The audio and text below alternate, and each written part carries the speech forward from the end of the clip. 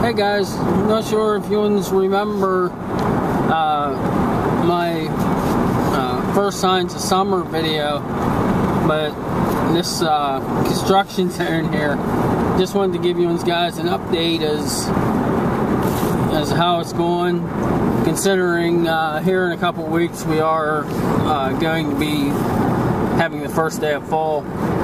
They actually did a complete bridge replacement on it, and actually it looks pretty nice. And actually now is that stretch of road there is actually probably the smoothest in the whole 8-mile stretch of this road that I run.